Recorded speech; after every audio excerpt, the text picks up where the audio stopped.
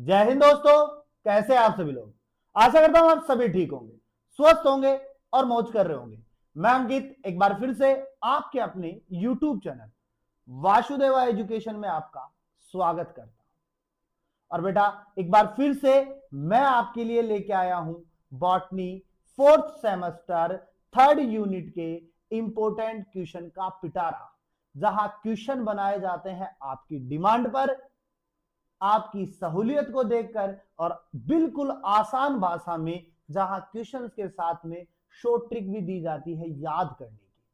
और एक बात कहूं कि माउंट एवरेस्ट जितना हमारा क्या है सिलेबस है, लेकिन उसी सिलेबस में से कुछ इंपॉर्टेंट क्वेश्चंस मैं आपके लिए लेके आया हूं जो आपके पेपर में छपेंगे और आपका पास होना तय करेंगे। और यही क्वेश्चन आपके ग्रेड में काम आएंगे, ग्रेड को बढ़ाने में काम आएंगे। तो शुरू करते हैं आज का थर्ड यूनिट का पहला क्वेश्चन, जहां पर मैंने लिखा है बेटा फर्स्ट क्वेश्चन, कुल का अध्ययन कीजिए या स्टडी ऑफ फैमिलीज। तो बेटा देखो फैमिलीज का हमें क्या करना है, अध्ययन करना है। और सिलेबस में हमें 7 से 8 कुछ फैमिलीज दी गई है।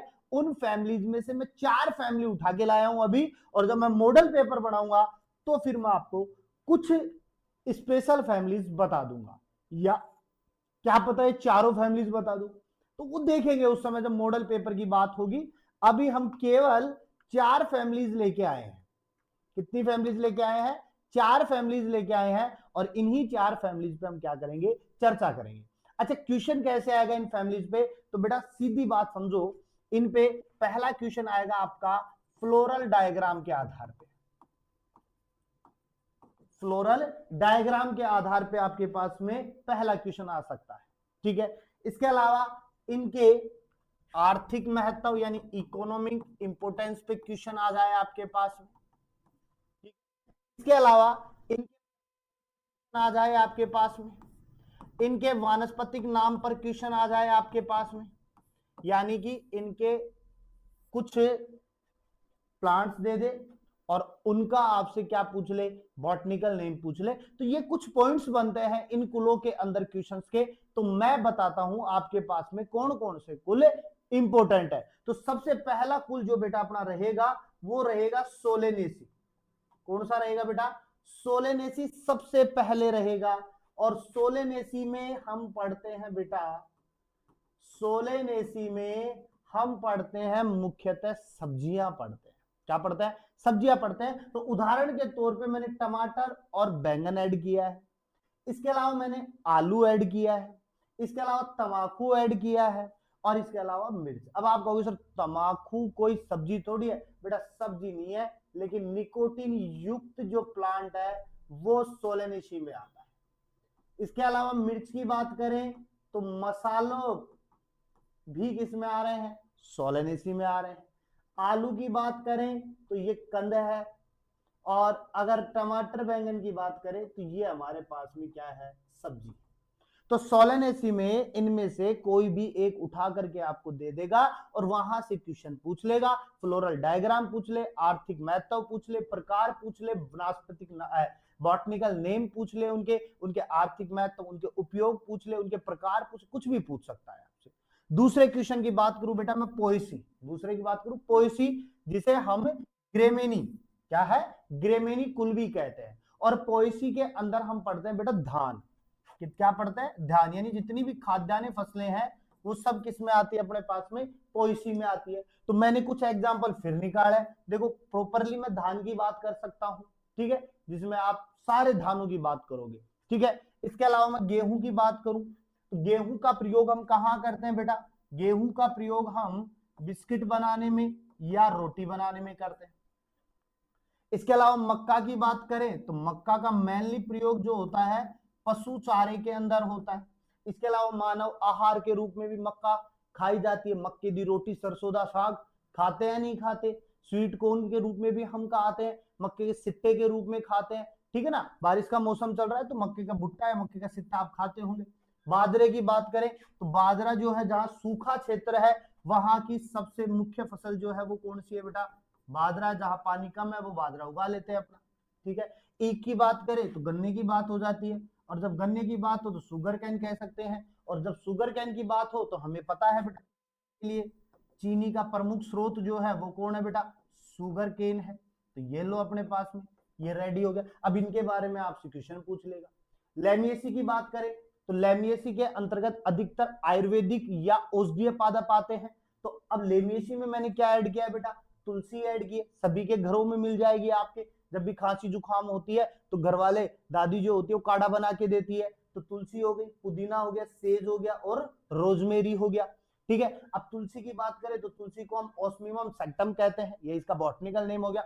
और तुलसी जो है वो मुख्यतः कौन सा पादप है बेटा, आयुर्वेदिक पादप है। कौन सा पादप है, आयुर्वेदिक पादप है। और आयुर्वेदिक पादपों में या काढ़ा बनाने में सबसे ज्यादा तुलसी का प्रयोग किया जाता है। चाहे आप अदरक के साथ में ले सकते हो, चाहे अलग से अदरक तुलसी ले सकते हो। और अगर आप डेली एक तुलसी का पत्ता भी लेते हो तो वो भी आपकी बॉडी के लिए बहुत ज्यादा बेनिफिशियल है। ठीक है, क्यों है इसके ऊपर मैं कभी फुर्सत से वीडियो बनाऊंगा तुलसी के ऊपर।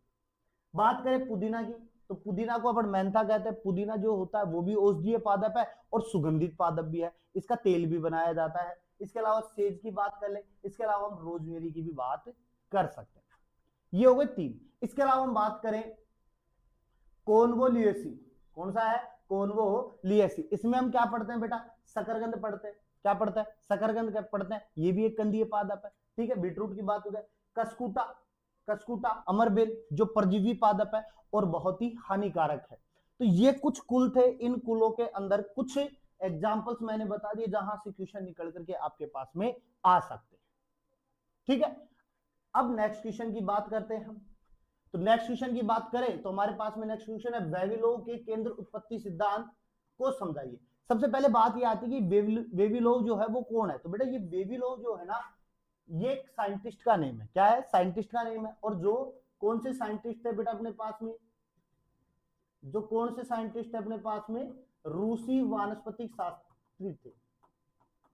कौन से थे बेटा, रूसी वानस्पतिक शास्त्र थे, यानी कि बॉटनी के अंतर्गत सबसे ज्यादा योगदान, जैसे बॉटनी के अंदर बात करें तो बॉटनी के अंदर योगदान देने वाले जो वैज्ञानिक थे वो कौन थे, वेविलोव थे।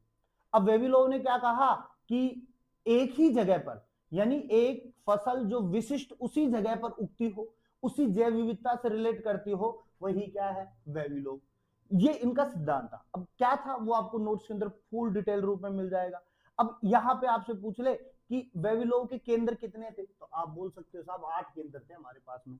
वेविलोव के टोटल कितने केंद्र रहे बेटा, 8 केंद्र रहे। इन 8 केंद्रों के बारे में आपको बताना है। इसमें इंडिया का भी एक अपने पास में क्या है, केंद्र है। ठीक है, याद रखना। एक है दूसरा क्वेश्चन यहाँ पे, प्राथमिक एवं द्वितीयक उत्पत्ति केंद्रों का वर्णन कीजिए। ये भी वेविलोव से रिलेट करता है। प्राथमिक एवं द्वितीयक उत्पत्ति केंद्र क्या है, तो प्राथमिक केंद्र वो है जहां पर एक विशिष्ट फसल, यानी कोई भी फसल है वो यहाँ उगी है अपने पास। जो फसल सबसे पहले जहां उगी है वो तो क्या है, प्राथमिक। अब इसको यहां से उठा करके और मैं यहां पे लगा दूं, अब ये कौन सा केंद्र हो जाएगा, द्वितीयक केंद्र हो जाएगा। यानी कहीं से मैं फसल लेकर आ रहा हूं और उसे लगा रहा हूं, वो कौन सा केंद्र हो गया बेटा, द्वितीयक केंद्र हो गया। तो इनके बारे में आपको बताना है। इसके अलावा आपके पास में निम्न पादपों का आर्थिक महत्व समझाइए, यानी इकोनॉमिक इंपोर्टेंस समझाना है। अब देखो यहाँ पे फिर आपको चावल, गेहूं, मक्का और बाजरा सारे के सारे खाद्यान्नों के रूप में काम में लिए जाते हैं। ये धान फसलें हैं। और धान फसलें किस में पढ़ रहे हैं अपन बेटा, धान फसलें हम किस में पढ़ रहे हैं, पोएसी में पढ़ रहे हैं। किसमें पढ़ रहे हैं, पोएसी के अंदर पढ़ रहे हैं। अब सुनो एक बात, अब आर्थिक महत्व की सबसे बड़ी बात हो तो चावल की बात हो तो चावल को भी खाने में काम में लेते, गेहूं को भी खाने में काम में लेते, मक्के को भी खाने में काम में लेते, खाने में काम में लेते। अब इन खाने के अलावा भी इनके और भी तो काम हो सकते हैं। जैसे सपोज देन मैं गेहूं की बात करूं, गेहूं की बात करूं तो गेहूं का प्रयोग हम देखो अभी थोड़ी देर पहले बात की, बिस्किट बनाने में कर सकते हैं अपन, इसकी रोटी बनाने में भी कर सकते हैं।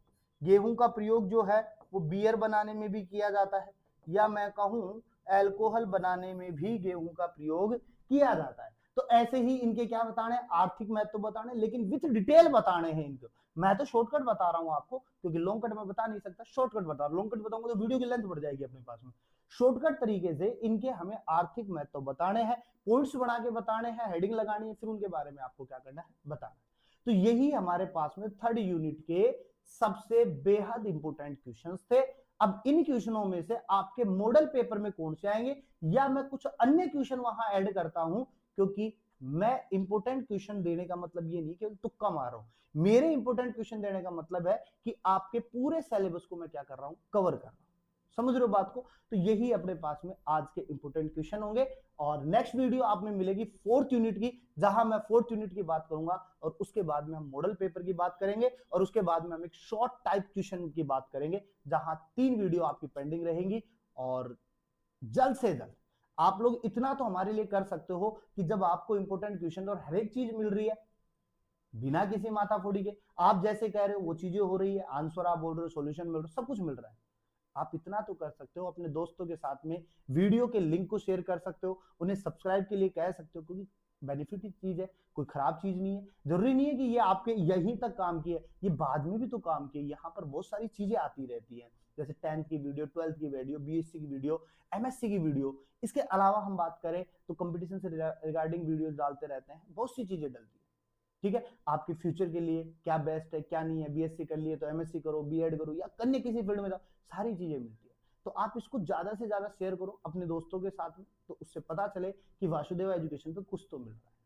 ठीक है, तो मिलते हैं एक नेक्स्ट वीडियो के साथ में। तब तक के लिए जो नया है वो चैनल को सब्सक्राइब करे और बेल आइकन को प्रेस करे, जिससे वीडियो का नोटिफिकेशन आपके पास में सबसे पहले आ जाए।